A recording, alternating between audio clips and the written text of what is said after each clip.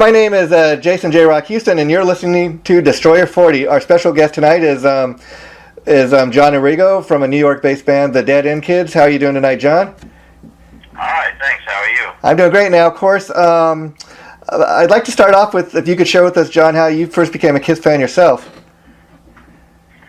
I had heard Rock and Roll Night on the radio,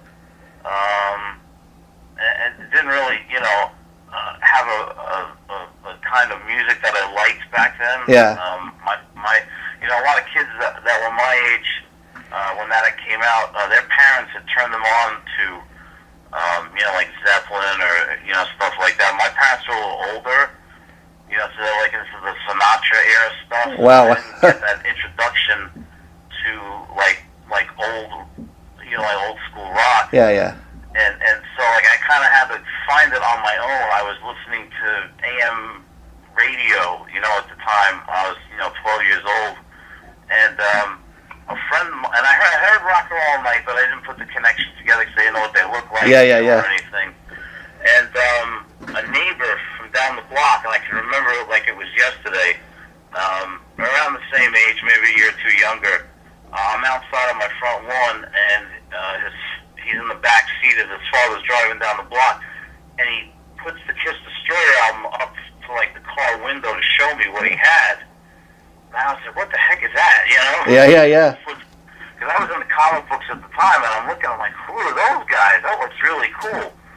So 2 hours later, whatever, he gives me a phone call, and he's like, there's a new Kiss album, you gotta hear it. And I was like, okay. So he had, got on his bike, drove down the block, and with the album in his hands, and as soon as I heard probably 30 seconds of Detroit Rock City, that was it. Wow.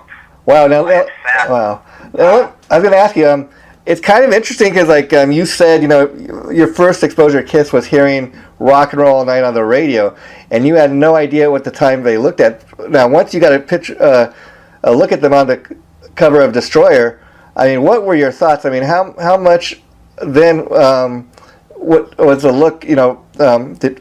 How much were you into the look? And the image once you seen the band? Well, like I said, I was in the comic books at the time.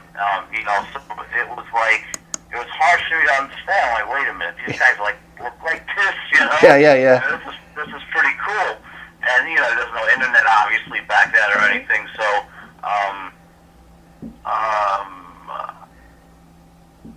it helped, Yeah. But the thing was that no matter what I had listened to at that time, I was always into more of the upbeat stuff. Wow. And when I listened to Destroy, I remember this was in my room with him and my brother, and I actually was so intently into it, I got a headache. Yeah. I gave myself a headache from just I was so. I'm like, this is what I've been waiting for, I'm like, this is, and they look like superheroes. Yeah. And not that much after that, I don't remember the exact date, but when they had that HBO special from Japan. Yeah. In the Destroyer outfits, and I think it was early '77 maybe, I finally got to see them moving and it was just blew my mind, and that was. Wow. And they were my introduction to that, and I'm like, okay, if this is out there's got to be other stuff. Yeah. And everything else ultimately got compared to Kiss, and even though I liked the other stuff, it was never as good to me as them. So that's how it started. Once your friend kind of showed you the Destroyer album cover, I was curious, how long would it take you kind of realize, okay, these are the same guys that sing that song Rock and Roll All Night? Yeah, I didn't put it together for a while. Yeah. That's. What happened was I liked the album so much. I had asked my dad, me and my brother actually kind of begged them. It's can you get this for us? And my parents were always kind of cool. They liked that we had an interest in music, and they were like, okay, yeah. Because my brother now, all these years later too. I mean, I sang in bands, for a while. My brother's a self-taught drummer, and he's he's awesome, but he just doesn't like playing in bands. He just likes to play. Yeah. So it's they were always cool with it. They were like, yeah, we'll let you get into music, fine, sure. Yeah. And so like he came home from work the next night with Destroyer, and me and my brother ripped the packaging open and we're listening to it again, and checking out just the look and everything, and we were so excited that like 2 nights later he came home with like 3 more albums. Wow, that's amazing. And one of them was Dressed to Kill, and I heard Rock and Roll Night, and then I put it together. And what I love about your story, John, is most people, which I think you can relate to. Most people, when they see Kiss or they discover Kiss for the first time, the image and the look is a big part of it. But what I dig about your story is the fact that you heard Rock and Roll Night on the radio, had no idea what these guys looked like. So right there, the proof is in the pudding, where you hear a song on the radio, have no idea what the band looks like. So nobody can really claim, okay, John became a fan because of the makeup and the look. You dug the music first, and then you found out later what the band looked like, which I really did, because that shows you right there that you judged it based solely on the music. Yeah, I mean, it was almost like a call to me. Yeah. Because, like I said, it's hard. I guess I don't know how old you are, but to be back then at my age, I mean, I was listening literally to like the Partridge Family, the Osmond Brothers, and the Jackson 5. But no matter what it was that I listened to, I always liked the upbeat stuff. Yeah. And like I said, when I heard Detroit Rock City, I'm like, wow. And then King and the Nighttime War, and it's like the album stayed like that. And I was like, wait a minute, this is like all like this, Yeah. I was like, wow, and I got really excited. And plus, the look definitely came second for me, and being a comic book fan, I definitely related to it. Yeah. And it goes back to the old thing that Gene and Paul always said: the makeup never wrote a song. Yeah. So it was about the music. It always was about. I always flew the flag for heavy metal. Yeah. And hard rock. From back then, I was the the guy in the neighborhood who would take his friend downstairs and say, like when my stereo was, and say, you don't want to listen to that. Come listen to what I got, And everybody would gravitate towards the hard rock, and Kiss was always one of the first things they heard, Yeah. I mean, Kiss is so over the top, I was gonna say Kiss is so over the top that anything they do, is very exciting. So I mean, you hear a song on the radio and you see what the band looks like. You see them in concert, and I mean, and just seeing them in concert is quite the experience. I mean, I imagine seeing Gene Simmons breathe fire for the very first time. That's gotta blow a kid's mind. Yeah, I was a little I guess you could say upset with my parents because they didn't let me go see them. I mean, I missed Destroyer, Rock and Roll Over, and Lovco, and I was like, they gave, we can't get tickets, the show's sold out. I don't think they wanted me to go. Yeah.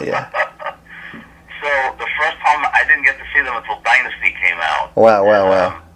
And it's so funny because I was just down in Florida last month, and my dad's celebrating his 84th birthday. Wow. And we're talking about the first time I went to see Kiss because he went with me and my brother. Yeah. Like, he's it was like New York, Madison Square Garden, the summer of '79, and he wouldn't let us go into New York on our own, so he worked in Manhattan. Yeah. So he met us, in Penn Station, and took us into the show, and we had 15th row center. I mean, it was amazing. And that even made my obsession with Kiss go up even more after seeing them live. Even though, looking back on it, you hear all the rumors of, that they were terrible and they weren't getting along. Yeah. That was really, seeing them live. I mean, so I saw them live on TV, but seeing them in person was just a whole nother level. Yeah, and like I said, John, we're talking tonight because this is the 40th anniversary of Destroyer. I can't believe that album's been out there that long. But interesting thing about Destroyer, I really think Bob Ezrin was a big part of that. I mean, I almost they call him the fifth member of Kiss back then, and I really think he had a lot to do with the overall sound of that album. Yeah, definitely, because again, I didn't have that rock and roll introduction, like I said, when I was younger. Before that, to anything else. So now, or even as I'm growing up and getting into more music and more bands, it's like, you hear like some Alice Cooper songs, and you're like, wait a minute. Yeah. That sounded like something off Destroyer. You hear little bits and pieces of what he did, like Zeppelin, some of the bands that he worked with. Yeah. And as you get older and your ear gets a little sharper and you're expanding, your musical influences of what you're listening to.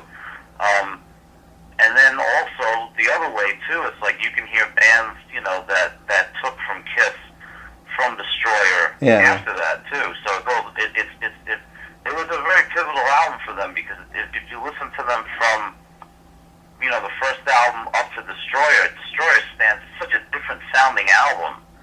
Yeah, and even just the production alone is so different. Those first albums, you could tell there was no money. Yeah. Behind them, and they sound and Destroyer was like so much more polished, and the songwriting was so much better. I mean, that's the other thing to me. I think they really stepped the songwriting up a notch there, and that's why I think, I mean, it's kind of interesting that a huge portion of a Kiss set list even still today in 2016 is a lot of the songs off of Destroyer. Yeah, they're still playing the set list, staples. There's 3 or 4 every show that they play from that album, which is great. And I love the first 3 albums. I love the raw energy that was there. Especially I thought Dress to Kill was great. But Destroyer was like a whole nother level. It really was, because you had the writing and the production together. Yeah. And I'm sure magic, it really was. I'm sure, being the Kiss fan you are, John, you probably know this like a lot of Kiss fans, but I'm going to share with you. Did you know that, like, on Beth and Sweet Pain, that's not Ace Frehley, but Alice Cooper's guitar player, Dick Wagner, that was brought in? Yes. Yeah, supposedly Ace wasn't conscious. Yeah, pretty much, yeah. There's a great story that Bob Chulick tells. I don't know if it might have been Destroyer, I don't know. But Bob Chulick, eventually Bruce, his brother, was obviously in the band. But Bob Chulick says that he was in the studio laying down a solo, and he walked out, and Ace was like, passed out on like a couch or something. And Ace goes, hey, nice sound. And Bob Chulick's like, oh, you never sounded better. Yeah, I think that was around the time that they were doing the Live 2 studio tracks. Because, again, the only... Right, the side 4 stuff, yeah. Except for Rocket Ride, that's the only thing Ace appeared on there. I think that's kind of when Bob Kulick really started taking over a lot of the studio stuff. But that... Yeah, that was something that, like, as you got older, too, and you find out, like, oh, this guy didn't play on that. And a lot of that went on after Alive. A lot of the stuff, wasn't Ace, or it wasn't Gene playing bass, or Paul was playing bass, you hear all these different things, and it's like, wow, really?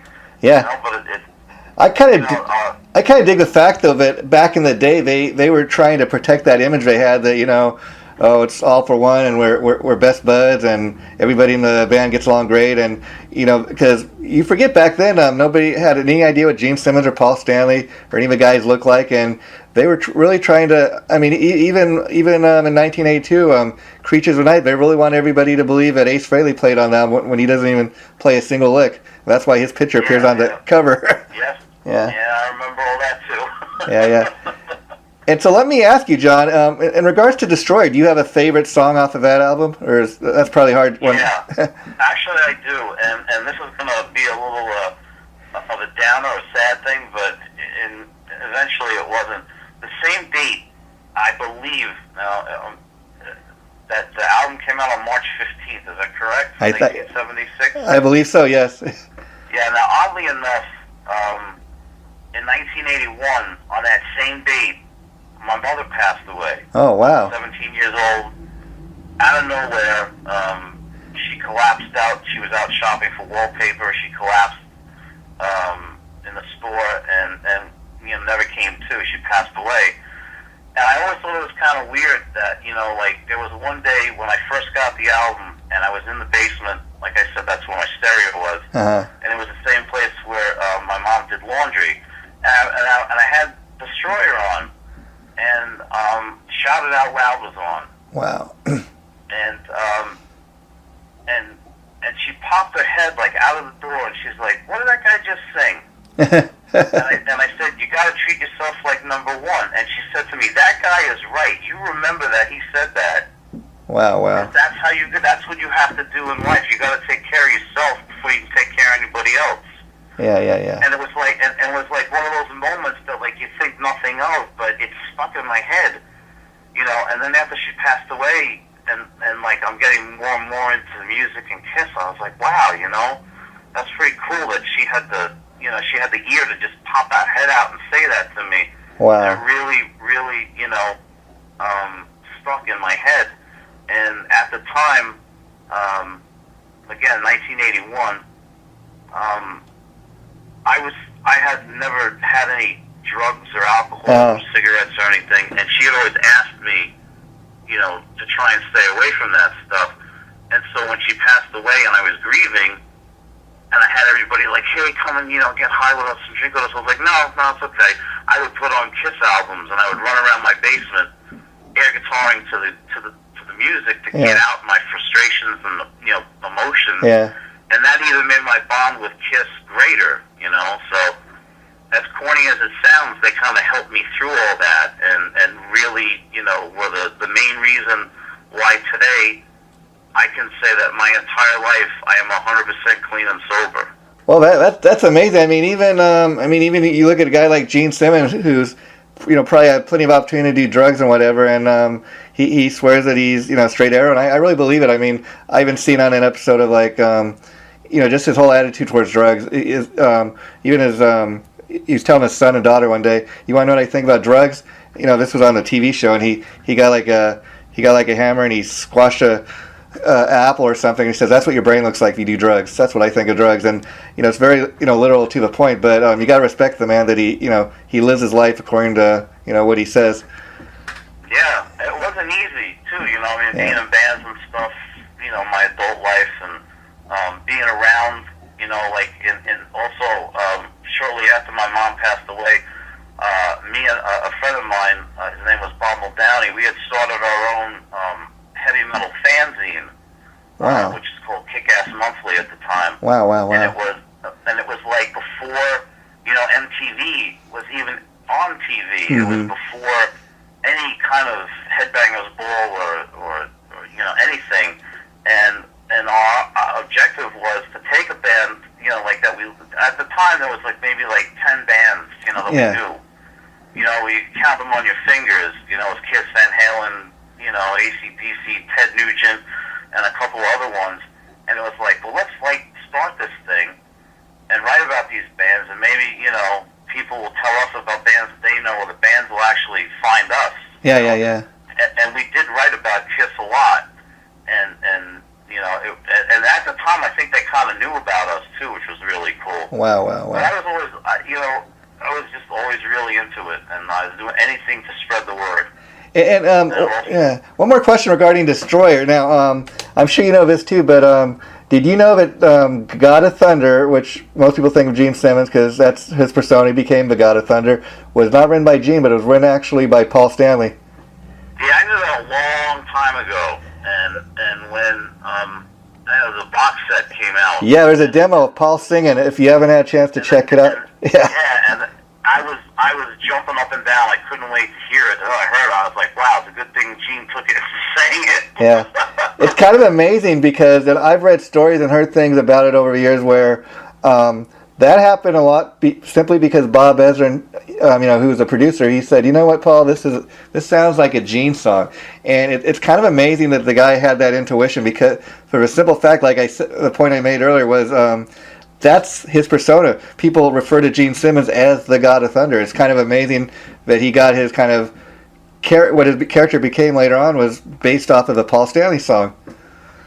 Yeah, and I think it kind of burns Paul to this day that it turned out that way. But hey, that's the great part about the band. You know, you never know. I mean, one of the things that I loved about Kiss was that every album is so different from the one before. Yeah. There were never two albums that sounded like the same, and I think that was because the songwriting circle is that it wasn't just like, you know, a lot of bands you get like one guy that sings and plays guitar and he writes all the songs. Yeah. And eventually they all start to sound the same because it's like they run out of ideas. Huh. And Kiss always had that open, thing where, I mean, like I was talking about this the other day where I'm at work and there's a Bryan Adams song pops over like the Muzak radio, and I said to somebody, this guy wrote songs with Kiss, and they looked at me like, really? I was like, yeah. Yeah. I think that really helped. And Destroyer, they brought in some, if I remember right, they brought in some like really, like cool guys at the time to help write these songs and piece them together. And Ezra himself was a pretty accomplished musician. Yeah, like actually would sit down and write. I like Beth. He would sit down and write with them too. Yeah, he's actually listed as a co-writer on every single song on that album. And the interesting thing, like if you've read Paul Stanley's book, he makes the point. Okay, yeah, that is a song that Peter brought in, but it was nothing like what it became until Bob Ezrin got a hold of it. And he kind of, played the piano on it. And he kind of changed some of the lyrics and the title. And he said Ezrin kind of really, made that song what it became, which is kind of interesting. But for Beth being Kiss's very first ballad at the time, what do you think of the song? Today? Yeah, I mean, are you much of a fan of? Today, I think I've heard it enough times. Yeah. I thought it was kind of cool that they used it in the car commercial. Yeah. But I could take it or leave it, to be honest with you. Yeah, I'd rather hear the heavy stuff. Yeah. I mean, it's kind of funny, but you put Beth up to a song like "Strange Ways," which is also Peter singing, but it shows you the guys. He could sing different types of stuff. Yeah, well, again, that goes to show just how versatile they were with the songwriting, and anything that's a good song gets on the album. I know Gene and Paul don't like Beth that much, but it was a really important song for them. Yeah, in fact, Choice Award, and people like, this is Kiss, and even I even remember hearing, here I am again, a kid in a room listening to all this, these songs, and then Beth comes on, like, whoa, this is different, but it was short, so it was okay, it was only like 3 minutes long, so it wasn't like a long, drawn-out thing. But it was, I mean, it served its purpose. It really did help the band a lot, which makes it cool. And it got them on the radio. And the interesting thing about it is, I understand when the album was initially released back in '76 that the single that was initially released was Detroit Rock City, but outside of Detroit, that was kind of, of course, people in Detroit, that was like their battle song, but everywhere outside of Detroit, they weren't really at the time getting into that song. And then some DJ somewhere, he put on Beth, and then they decided to re-release Beth as a single, and Detroit Rock City went on the B-side, and that's kind of a little tidbit of Kiss history. And there you go. Yeah. And getting back to Beth, you made the point that I've read the same type of stuff where Gene and Paul were so against that song being on the album. The only reason it ended up on the album had a lot to do with Bob Ezrin and Bill Aucoin, which was the band's manager at the time. But that's why that song wound up on the album. So much they were against it that Gene and Paul would be laughing, I guess, when Peter was doing his vocals. They had to lock those guys out of a studio so Peter could get down the vocal. Yeah, that sounds about right. Yeah. And now, of course, John, I was mentioning in the introduction of the interview that you were one time in a band called the Dead End Kidz. So I want to talk a little bit about that now, because I know the band at one time you guys had... You'd appeared on a Kiss tribute album called A Millennium Tribute to Kiss, and the song I believe you guys covered was New York Groove. Is that correct? Yes. And so, how did you guys get on the compilation album, first of all? I think at the time it was MySpace, I think. Okay. I don't think Facebook had come around yet. Way back then, yes. It might have been Facebook when it first started. I'm not sure, but I was friends with this guy that had his own. He had a label. I think it was Versailles Records. Or Yes, Versailles. Yeah. And I had sent him, one of our CDs, hoping that maybe they would want to put it out for us. Because we did release 2 albums over the years, and but I mean like on our own, independent stuff. And I got a message back from him a couple of months after that saying, hey, we're thinking about starting to do some of these tribute albums, because they wound up doing a bunch of them, and he was like, if I do these, would you be interested in anything? I said, well, it depends on the band. Uh-huh. And he wrote back and said, well, we're doing a Kiss one. And I was like, really? Because we had, we used to cover a couple of Kiss songs, but I always wanted to do New York Groove because I thought it was a song that like everybody knows but doesn't really know it's Kiss or Kiss related. Yeah. And but I didn't want to do it the way it was on Ace's solo album. I wanted to do it the way it was when Kiss played it. Uh-huh. And I brought in a live version of it from, I think it was let me try and remember. It was the bonus track on a vinyl version of some album. I don't remember which album it was. Uh-huh. It might have been Revenge. Okay. I don't remember. And I played it for the guys, and they were like, "Oh, this is cool," So we played it like that, a little bit more upbeat, and a little bit more full. Like Ace's solo album, it's kind of like open and danceable or whatever. And it wound up becoming just like a cliche at our shows. We would always play it like usually that was the last song we played, and we went in the studio. We did it like almost live, and it wound up on the CD. We were all really happy with it. Now let me ask you, the Dead End Kidz, was that kind of just an internet kind of recording project, or did you guys actually play live shows? Oh no, we were together. We were together as a live band, probably about 7-8 years. Oh wow. Mid to late '90s to early 2000. I think 2001 we broke up. Wow. And so it's Kids with a Z, and for everybody at home, it's Kids with a Z at the end of it because we're cool. Yeah.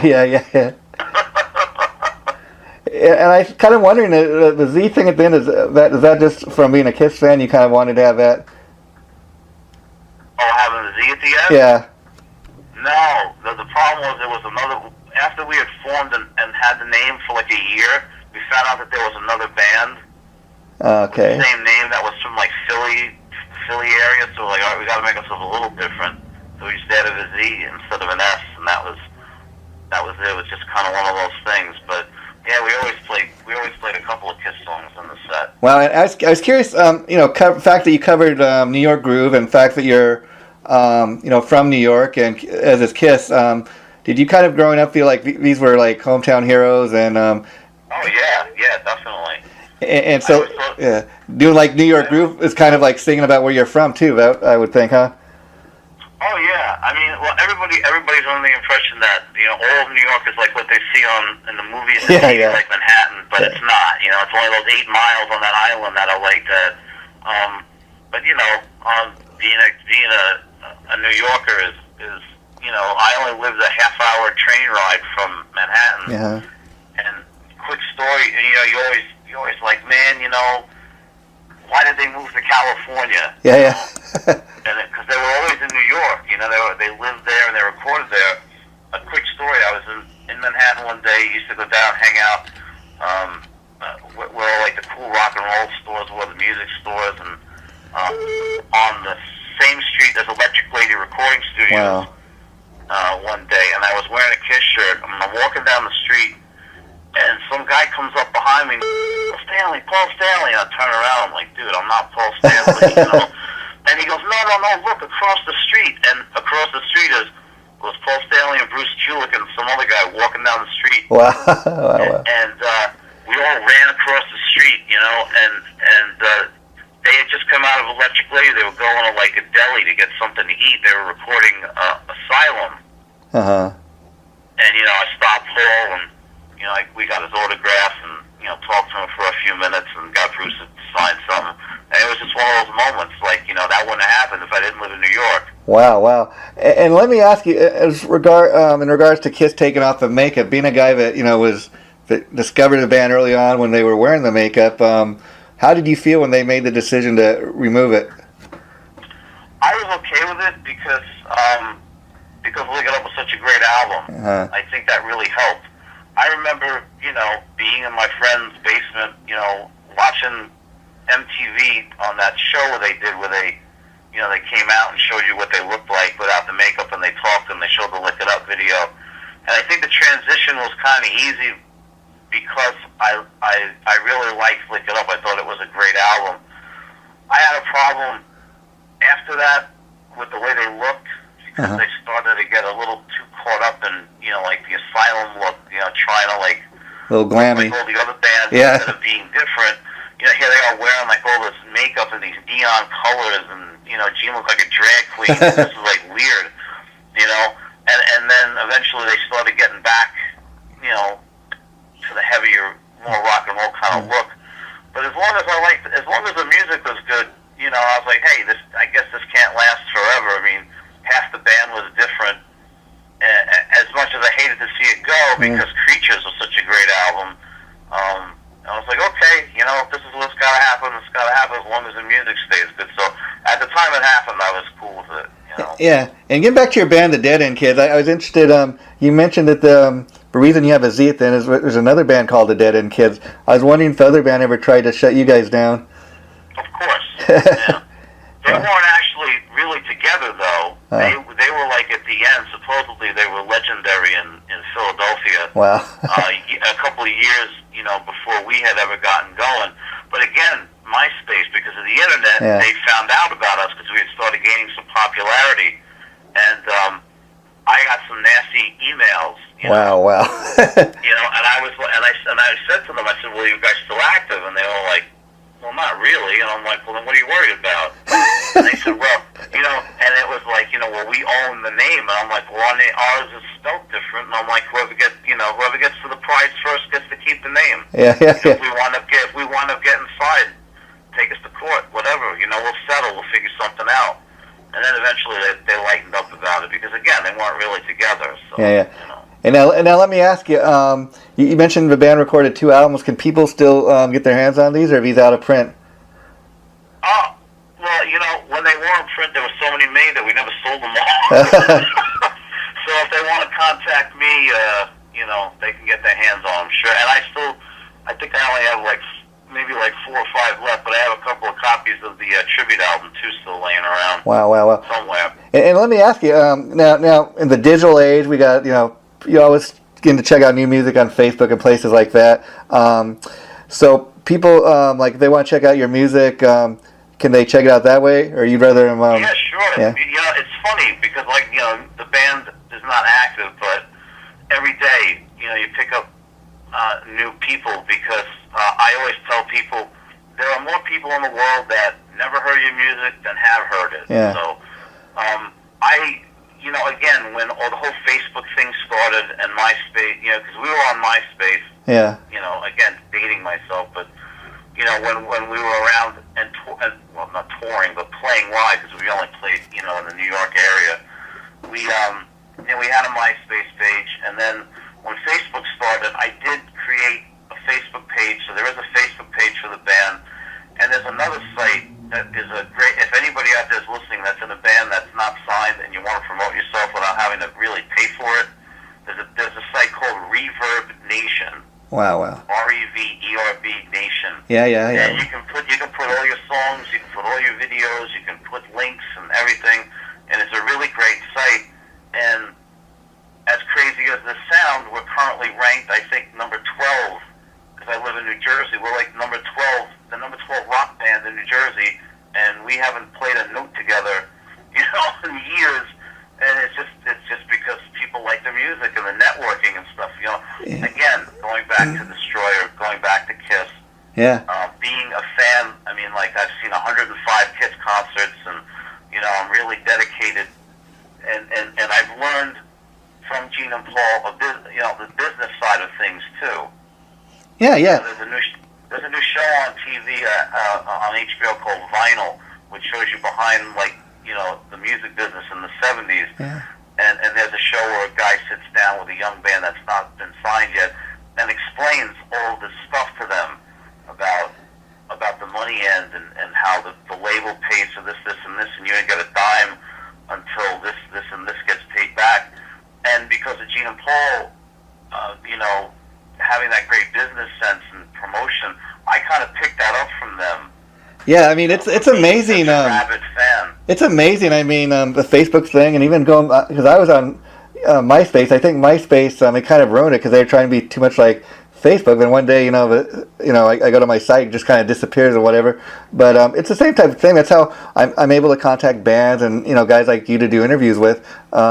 Just through Facebook, and it's amazing what you can do. I mean, and I love talking to a guy like you because you're as much of a Kiss fan like as I am, John. And the cool thing to me is like just being a Kiss fan has allowed you to get in, and do music yourself. You had this band, and the band's no longer around, but also just having that one track appear on the Kiss tribute CD, even more people are finding out about your band, even though, like you said, the band hasn't played live or done anything new in a number of years. But see, that's the cool thing. Just from being a Kiss fan, you grew up and you got into your own band, and you're doing your own thing, and people just maybe find out the band even though the band's no longer together. But and a lot of people just because you were on that one tribute CD. Yeah, it really is amazing how the internet has changed the whole music experience. Yeah. Even though I don't have a band, I mean, to quote unquote promote, I still do things, Yeah. like I'll post, anytime I discover a band that I really like, I'll post like a video from YouTube on Facebook and say, hey, if you like the kind of music I do, check this out. My girlfriend and I, she's really very into Metallica. Wow. We have this Metallica chapter page where we, post, repost Metallica stuff that people might not see, and they can find that through my page too on Facebook. And it's just things like that. It's like, I guess it's just in me to help, again, fellow musicians. Yeah, that's monthly thing too. It's like I want to help people find music that they don't know about that they might like. Yeah, I mean, it's kind of like, I'll give you the link later, but I also write for this online magazine called Chaotic Riffs, and I was also, besides doing interviews, posting CD reviews, and people are writing me letters. How come, all the CD reviews, you always give just such a great, you never say anything bad about, and I tell people, well, the thing is, I'd much rather, spread the word about music that I'm getting into, or I'm just discovering music that I really love, as opposed to, spending my time, writing a review just so I could trash a band. That's not what it's about to me. I'd rather spread the love and spread the hate, if you know what I mean. Right, I was the same way when we had the Kick-Ass Monthly fanzine. I did a lot of album reviews, and I only really liked to review, bands that I liked back then. Yeah. And again, if it was something that, like to push a band that people didn't know about yet, or if it was a band that I loved, I did write some negative reviews, but that was only to warn people, like, hey, if you like this band, this album might not be as good as the last couple, But yeah, it's like again, I'm that kid in my bedroom with my brother and my friend listening to Destroyer for the first time, remembering the excitement and the feeling of the hair standing up on my arm, like, oh my God, this is so amazing, And still to this day, when I hear a new band that I like, I get that same. I mean, obviously not as extreme because it's so many years later, and you get jaded as time goes on. But it's like when you find a band, and it's like, oh man, everybody's got to know about these guys, And I still get like that, And I guess it's just something inside me from remembering. And again, it goes back to Destroyer because initially that's what we're talking about here. That was the album. That was the moment that really changed my life. Yeah, and it's funny. Yeah. As corny as that sounds, it really did. Yeah, I mean, and it's funny because people for years have been saying Kiss is just a gimmick, but again, we're talking about a band that's been doing it over 40 years, and they're still selling out arenas and stadiums worldwide and playing all different countries, and so there's something to be said for that. I mean, Gene and Paul wrote the bulk of the stuff, but again, that just they may not be the most stellar musicians, but they're great songwriters. I mean, these are great, great catchy, hooky songs. That people, are still, singing and remembering 40 years down the line. Yeah, and it's also the way they market themselves. I mean, I know people bust on Gene for all the toys and gimmicks and stuff that are out, but like they always say, if people weren't buying it, we wouldn't make it. You know, Yeah. so somebody out there is happy about it. Yeah, yeah. I mean, and it's kind of funny, but I mean, you know, Dimebag Darrell, when he died, I mean, he was buried in a Kiss casket that Paul and Gene sent to the family. I mean, and people think, oh, a Kiss casket, but think for a guy like that who's the ultimate Kiss fan, how cool is that? You know, not only to be buried in a Kiss casket, but to have the band, you know, donate it to the family. I mean, that's super cool. Yeah, it really is. It's just, you know, when you get to that point of level of fandom, you know, like obviously we are too. Yeah, yeah. Like, you know, not that they can do no wrong. Obviously they've done stuff. I'm sure there are albums that Oh, yeah. like, what the heck is this? So they've done and said things in public, but when you're around this long, hey, that's going to happen, you know. Yeah, yeah. And it is a testament to them. I mean, let's put it this way: we all know that if these guys are in it for the money, they could have stopped a long time ago. But then again, I dare anybody out there that if you could have the kind of success doing what Kiss has done, who out there wouldn't, you know, do it? Exactly, and I always say that too. It's like, you know, you hear other big bands like complain, like, oh, you know, gee, you know, Kiss is putting this out and that out. And like a guy like Joe Perry, I remember Joe Perry from Aerosmith, you know, complaining when like the Kiss action figures came out. Yeah, yeah. You know, and then like 10 years later, he's putting out, you know, Joe Perry's macaroni and cheese. Yeah, well, like, what's the difference? Yeah, yeah, yeah. You know? I mean, you go to like AC/DC or Metallica or Aerosmith. Go to their store online and see what they're selling. It's not really that much different, you know. Yeah, yeah. And the reason that I think a lot of guys that are in the industry and make to a certain level of success but never get higher, and they complain about Kiss, I think it's like professional jealousy. Because we all know that if they were in that position, they could get away with it and make that kind of money and do all that, they'd do it too. Yeah, of course, of course. Now, let me ask you, in regards to the Dead End Kids, what finally brought the band to an end? Was it just not financially feasible to keep it? It was one of those things where we had been knocking down doors, you know. We had, I think the big thing that really discouraged everybody was that we had a meeting with a management company in Manhattan at one point after our second CD came out, and it was a guy that I think he had managed ZZ Top for a while, and he was a pretty big guy. Yeah, yeah. And we, you know, three of us went in, and it was a big building in Fifth Avenue, you know, the whole 9 yards. And we walk in, there's platinum albums all over the place, and you know, we sit down with this guy, and we're all like excited, you know. And the reason that we had got the phone call from him was because we were actually had a little a write-up about us in Billboard magazine. Wow. Like highlight. You know? Wow. An amazing thing that happened because of a friend that worked there and gave a guy a CD. And actually this guy had worked for Kiss at one point. Wow. In publicity. And it was one of those things where the guys, you know, like over the weekend washing his car, and it's like, oh, let me listen to this my friend gave me. And he heard us, and we reminded him of Kiss. Wow, wow, wow. And he wrote a little, and our album cover was in Billboard magazine. It was like the coolest thing.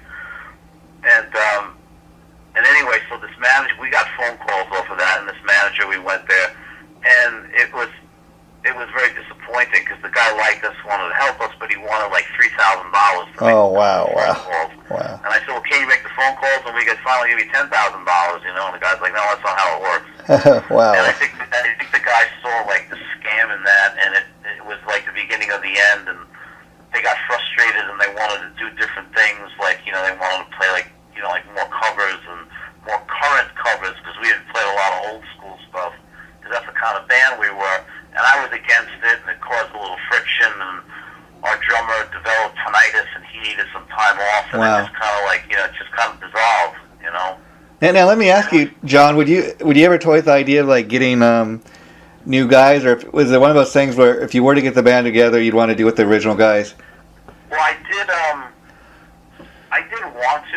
You know, we're all spread out too. That's another problem now. It's like I live in Jersey. One of the guitar players lives in Maine, and another guitar player lives in New Mexico. Wow, wow. So it's like we're all over the place, you know. When I ago, I had to move for a job. Wow. I kind of wanted to, and I looked around a little bit, but I'm not, as it's not like a dead issue, Yeah. like 100%. I mean, I miss it like crazy. It's very difficult to find the right people, especially at my age now, I'm like, 52. So. Yeah, sometimes life gets in the way. You got to pay the bills, too, and make a living. Exactly. Yeah, so, I mean, like, is it 100% dead? I would say no. If there's a chance that it could happen, it's slight, but you never know. But if you continued, even though the band's not performing right now or together for a number of years, do you continue like to play and write music? No, I honestly don't. I don't play an instrument. I just sing. Yeah, I was just a singer, and I wasn't great, but whatever. I was good enough to have fun. You could belt it out, yeah. and we did have some really good songs, and it's so funny because especially the second CD, which is obviously we were around longer and it sounded better. I give it to people, and people that don't even know me say, "My God, this sounds like Kiss," and I'm like, "No, it doesn't." Like, yes, it does. Because to me, I don't hear it, but everybody says that we sound like Kiss. I actually think that you interviewed me a long time ago.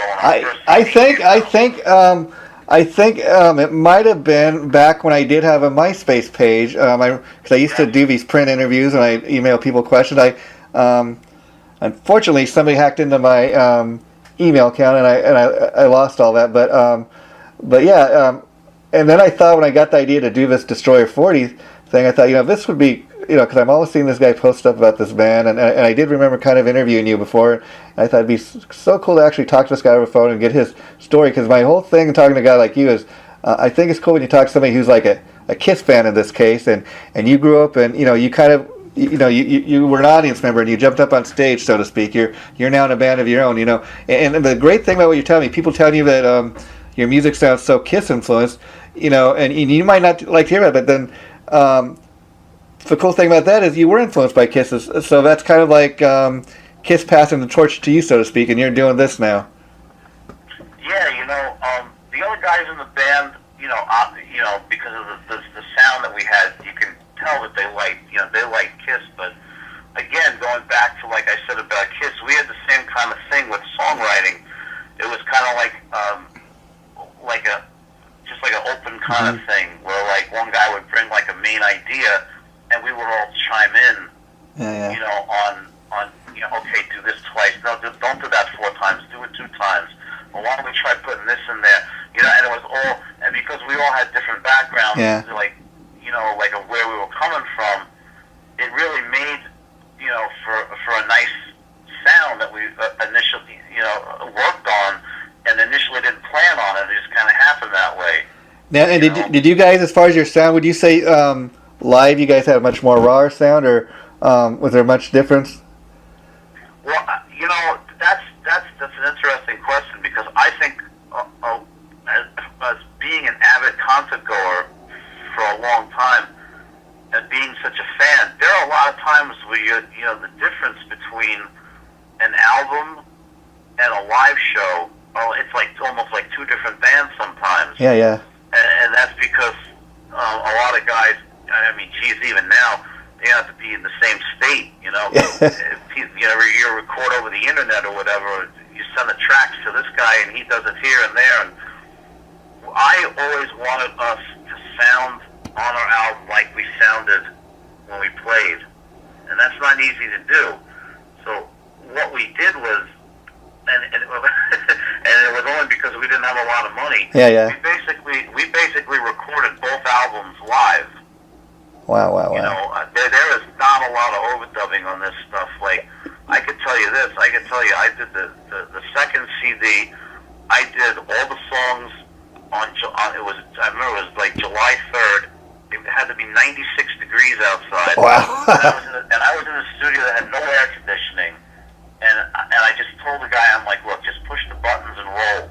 Let's go. Wow. And I went through all the songs in one take. And what you hear is what I sang. There is no overdubs, no going back and piecing things together.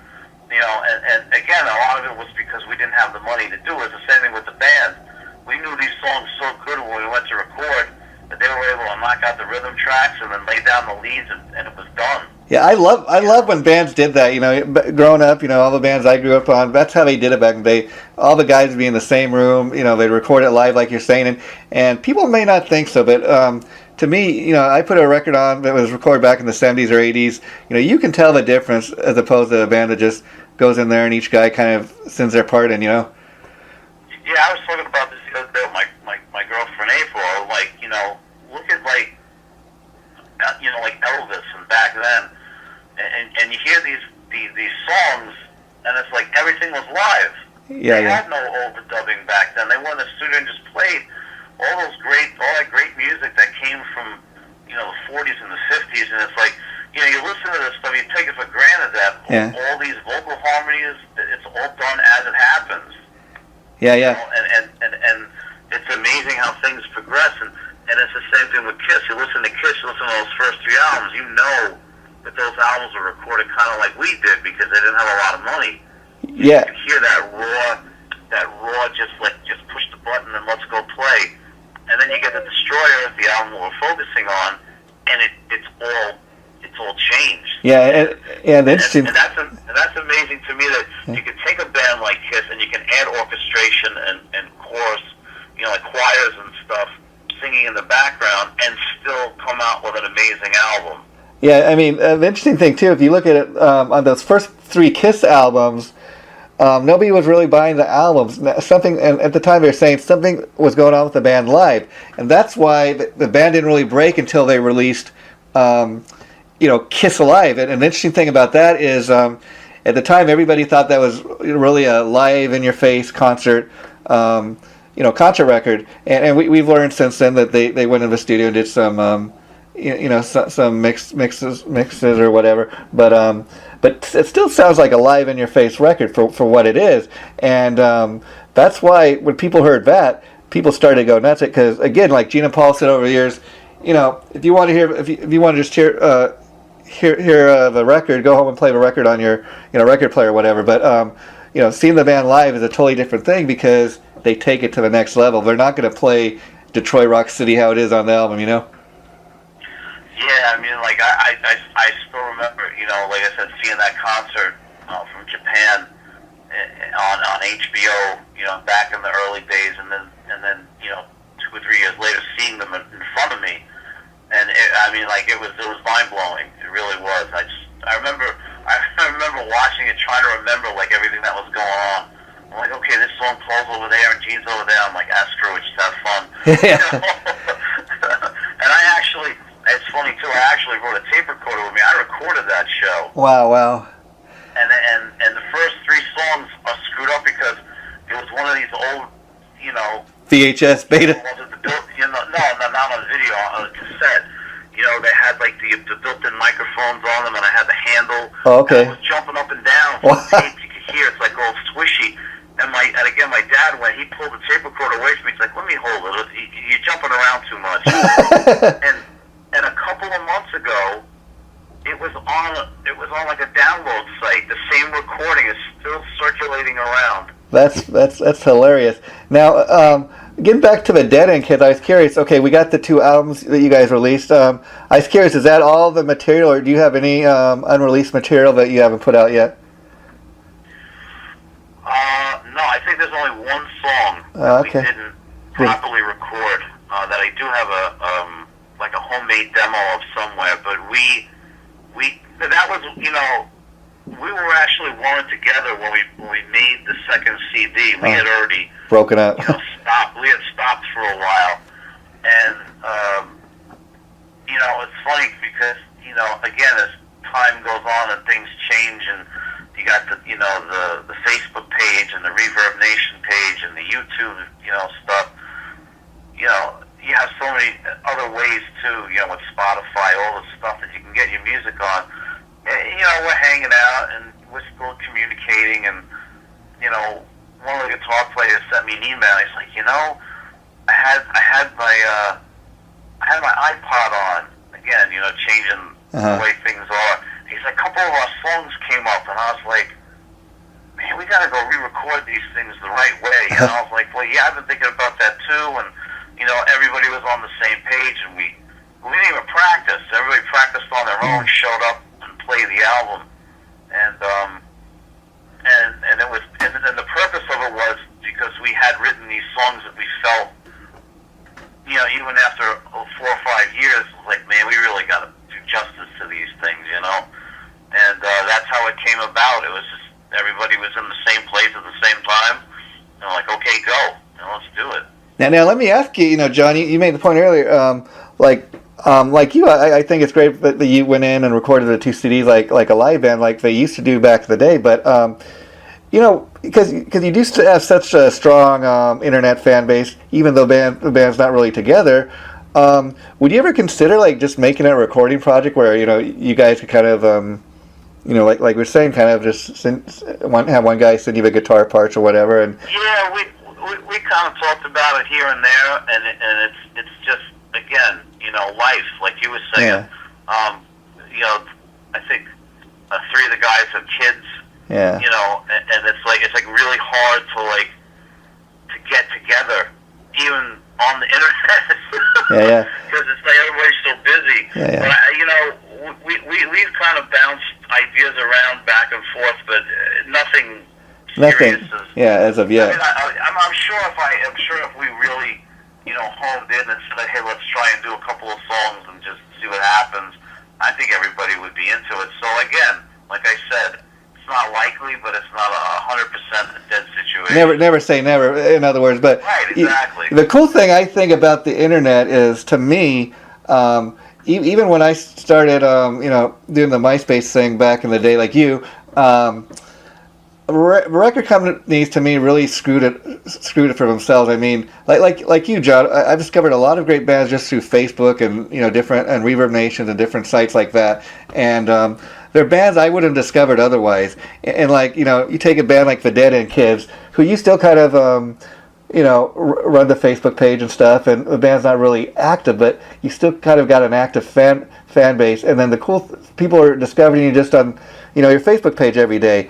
And the cool thing about that is you don't necessarily have to have a label these days. I mean, like you said, you could record 1 or 2 new songs and post them on the site, and people would check it out. And you don't even have to, be signed to a label these days. You could do it all yourself, and that way, whatever little bit of money you make, you split it with your bandmates. You don't have to share with the label.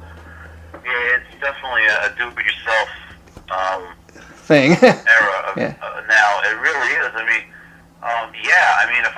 If I had an active band and I was 20 years younger, maybe, boy, the world would really have to watch out, And a guy that's been really doing. Excuse me, I was just going to ask you. A guy that's been a musician all these years, does it amaze you how much it has changed? Oh yeah. Oh man, I was in the era again, pre-internet, pre-MTV.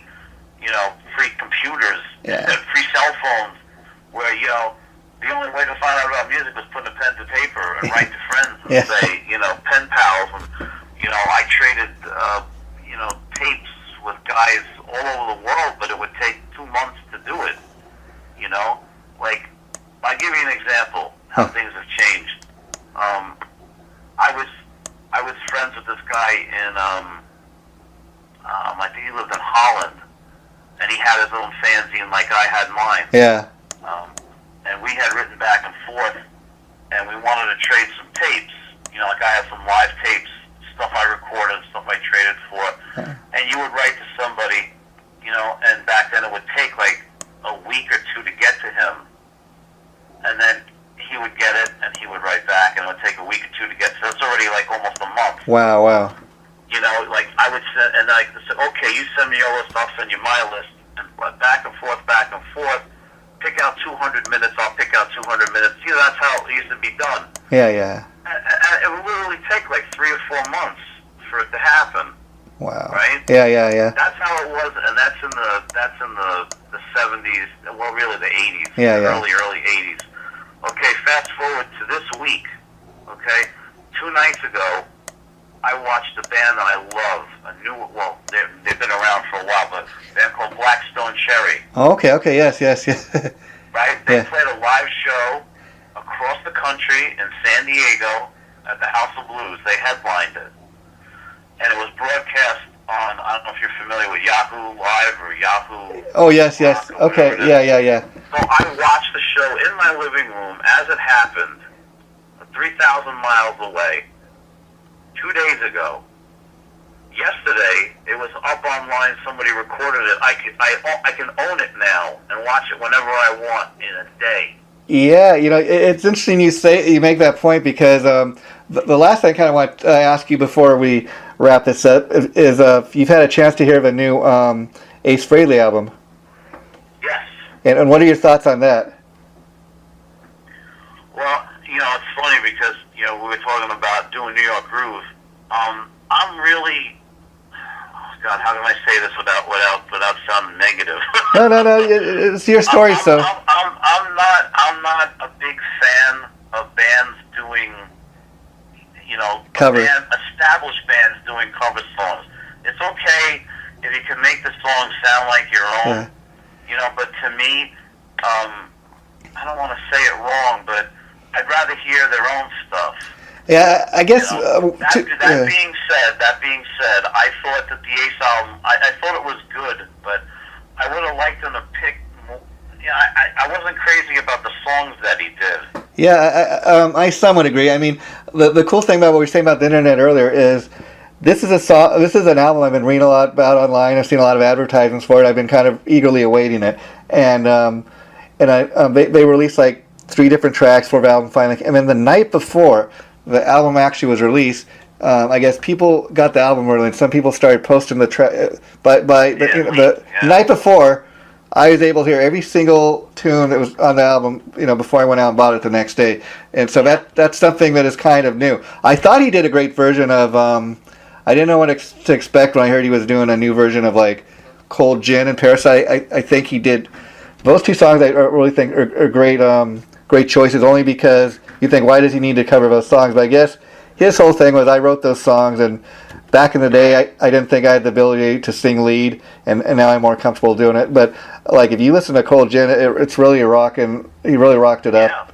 And Parasite. I was kind of surprised with his choice of Rock and Roll Hell too. I'm like, out of all songs, I was like, that was really oddball, but it was cool. Yeah. But I like those tracks better than the copy songs because again, you want to do 1 or 2. Okay, but full album was kind of like a little much for me. Yeah. To be honest with you, and why I dig the ones you just spoke about, I don't mind a band that's been around like for a long time, and they go back and re-record their own songs. I think that's kind of cool because, like when Kiss did it, I think it was when Sonic Boom came out. They had that extra bonus disc. Yeah.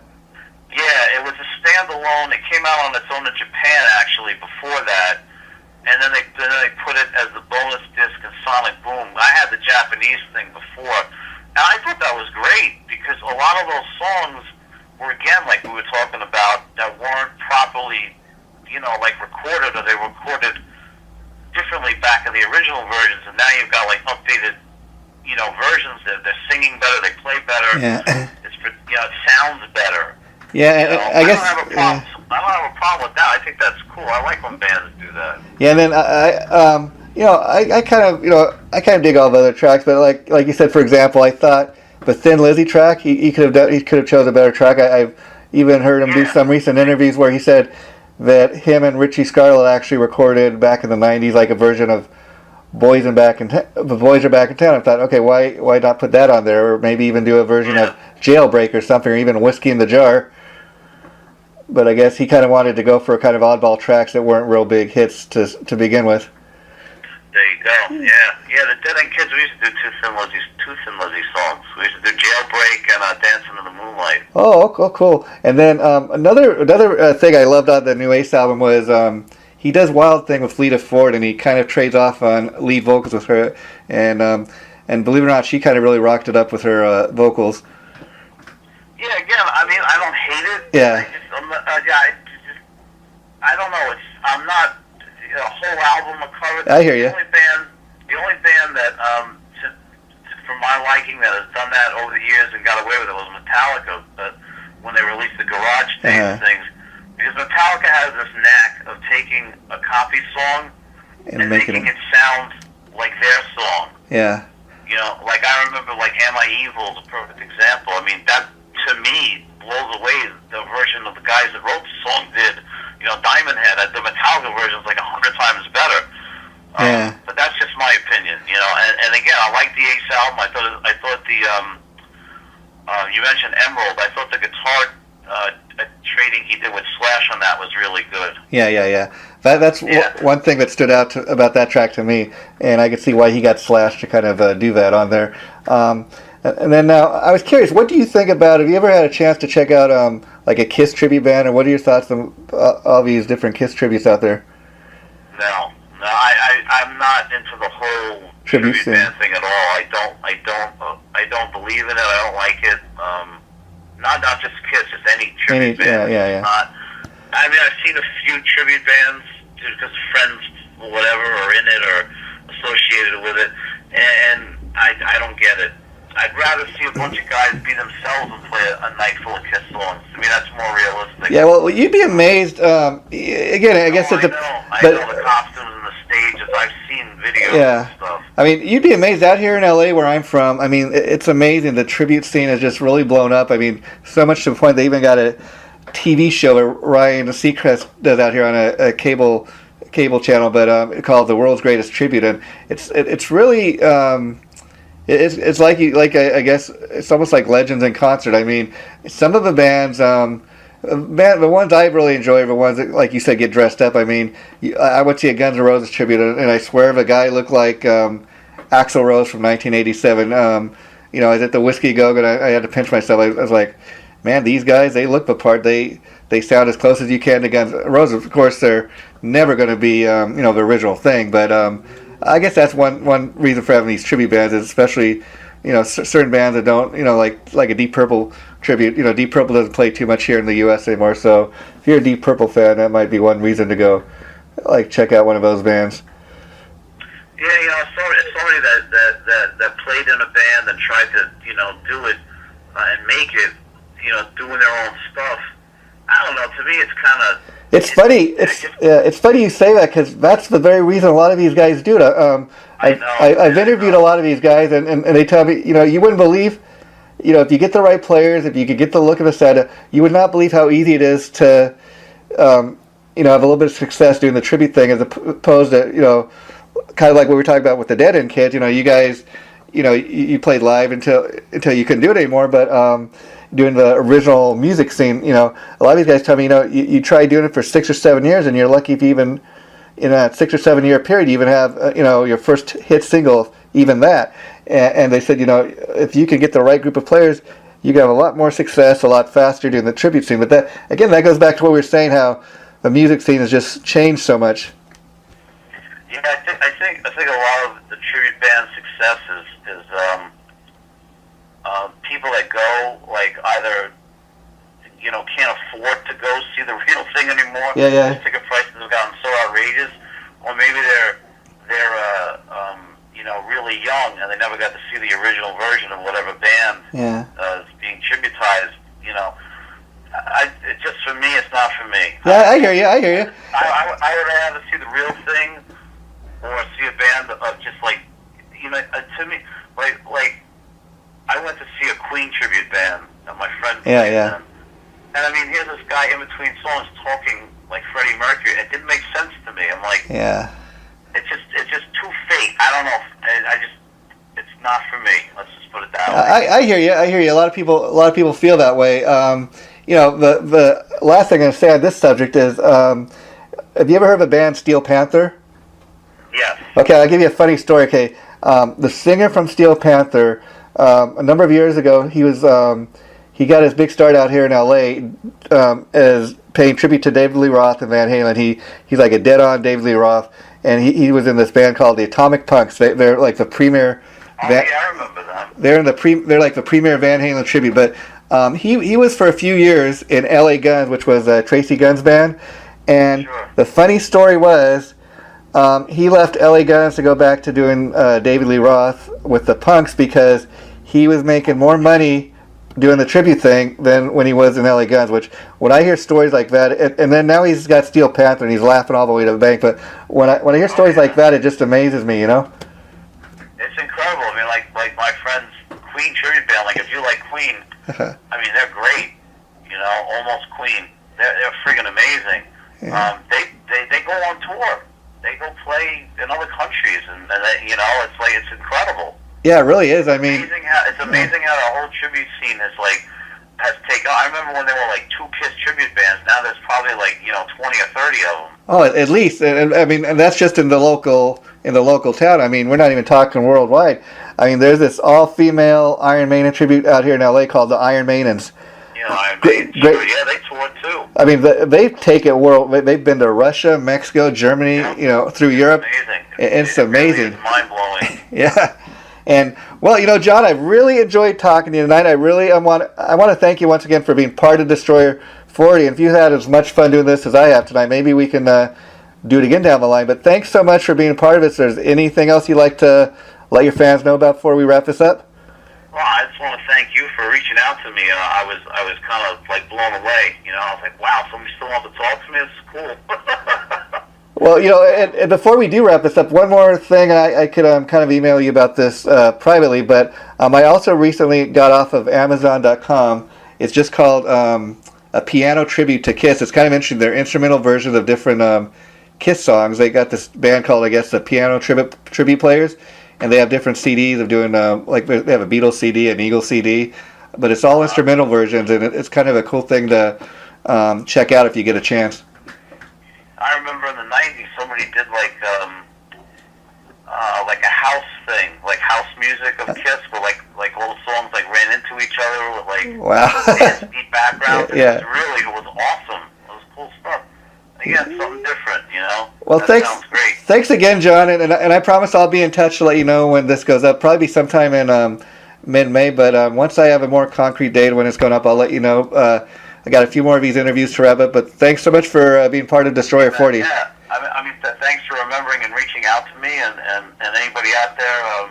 I'm sure through when you list it, you can put my name and the links to whatever I'll send to you if you need them. Oh, we will do that, definitely. Yeah. And hey, if you like Kiss and you like that kind of music, I think you would like my band. I think we made music that fans of that kind of music would enjoy to this day.